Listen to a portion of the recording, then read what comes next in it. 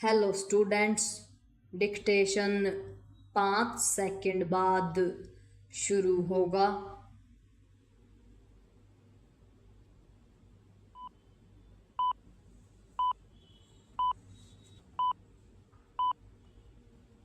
Start.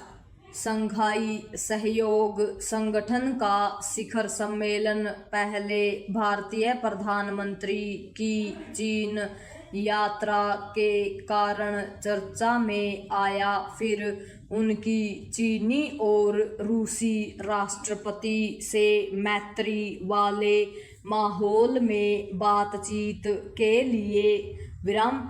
इन मुलाकातों ने विश्व का ध्यान अपनी ओर खींचा, पर अभी यह कहना कठिन है कि भारत चीन के संबंधों में कोई व्यापक बदलाव आने जा रहा है विराम।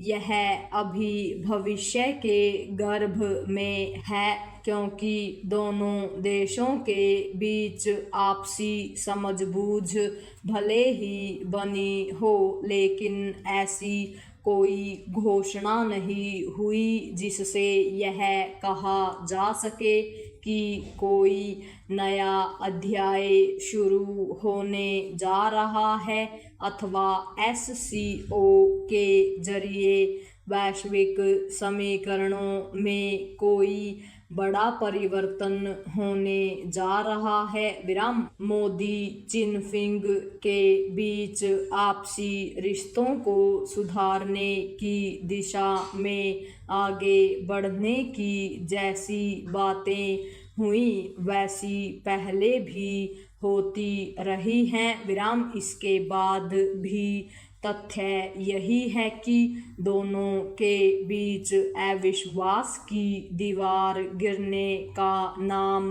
नहीं ले रही है विराम। इसका कारण चीन का रवैया है विराम। यदि SCO में कुछ उल्लेखनीय हुआ तो यह कि दोनों देशों में व्यापक संवाद संपर्क का टूटा सिलसिला फिर कायम हो गया विराम। जब तक आपसी मतभेदों को दूर करने एवं आर्थिक सहयोग बढ़ाने को लेकर कुछ ठोस नहीं होता, तब तक बहुत उत्साहित नहीं हुआ जा सकता विराम। इतना अवश्य है कि SCO के मंच से पहलगाम आतंकी हमले की निंदा पाकिस्तानी प्रधानमंत्री की उपस्थिति में हुई विराम। यह इसलिए भारत की जीत है क्योंकि कुछ समय पहले SCO के रक्षा मंत्रियों के मंच से आतंकवाद के संदर्भ में पहलगाम हमले का जिक्र करने से बचा गया था, और इसके चलते भारत ने आपत्ति जताई थी विराम। इसके नतीजे में कोई संयुक्त बयान जारी नहीं हो सका था विराम। इस बार ऐसा हुआ और इससे पाकिस्तान की फजीहत हुई, लेकिन कहना कठिन है कि उसकी सेहत पर फर्क पड़ेगा विराम।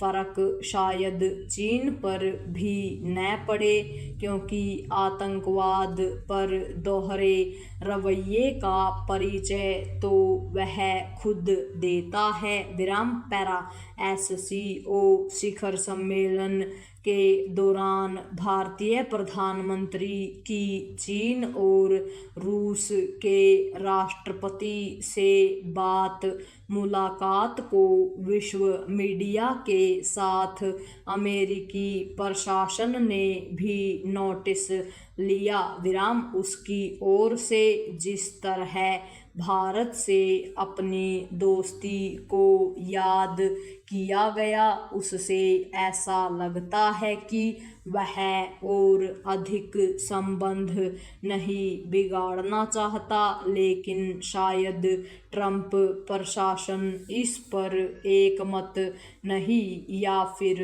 उसे समझ नहीं आ रहा कि आगे क्या किया जाए, क्योंकि जहां नई दिल्ली स्थित अमेरिकी दूतावास की ओर से यह कहा जाता है कि दोनों देशों के आर्थिक संबंधों में अपार संभावनाएं हैं, वहीं ट्रंप के बड़बोले सहयोगी पीटर नवारो यह कहकर भारत के खिलाफ अपने दुष्प्रचार को धार देते हैं कि रूसी तेल का फायदा ब्राह्मण उठा रहे हैं। विराम अपने एक और बेतुके बयान से वह क्या कहना चाहते हैं, यह वही जाने। भारत की भलाई चीन और अमेरिका दोनों से